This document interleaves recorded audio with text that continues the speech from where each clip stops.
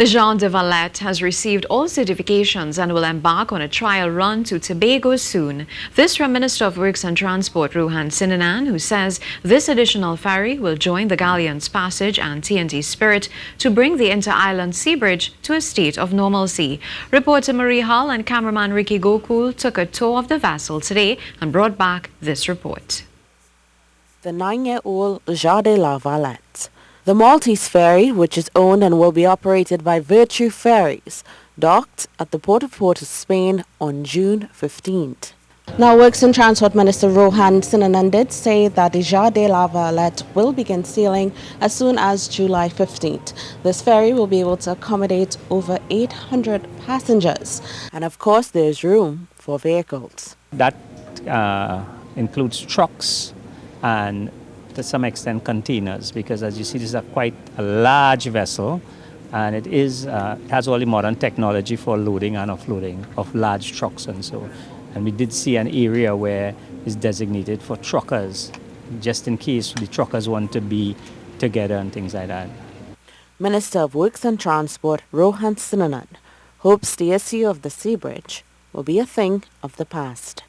The government did promise to have the sea bridge sorted out, brought back to some level of normalcy, and to improve the sea bridge going forward. Phase 1 was the Galleon passage, and to get that sea bridge back to a stable situation. Phase 2 was the leasing of a vessel for 1 year with the option for a further 6 months if required, and the purchase of 2 brand new vessels custom built for our purpose. And he also has this advice for critics. If they had any care for the people of Tobago, they would recognize that the sea bridge is not a profit-making entity. It is a service, and it is subsidized by the government. It have always been like that. I saw the calculations, and they said that it was 700 people. Is it that they're going to leave back 100 persons? They said it was 250 cars. Is it that they're going to overload the vessel? They are not thinking of what they're saying. Clearly, they do not like the people of Tobago. The high-speed craft ferry will cost government just over $270,000 per day to lease, and comes at a time when the TNT Spirit is due to go on dry dock at the end of July. Marie Hull, TTT News.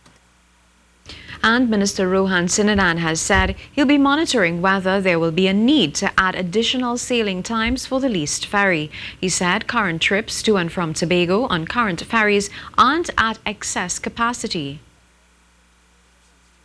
Once the vessels leave, they have to send to me what is the passenger loading. I can tell you this morning, Spirit departed at 6:30 from Scarborough with 477 passengers and 116 vehicles. This is a vessel that can take up to 800 and odd passengers. So if there's a need for excess capacity, we will run the vessels, but it costs money to run the vessels. Minister Sinanan shared with members of the media the cost to maintain the sea bridge. No vessel operating on the sea bridge will not go without government subsidy. The government have always subsidized the sea bridge. The maritime services is not a cheap area. That is why the cost of a vessel like this could run you close to $1 billion.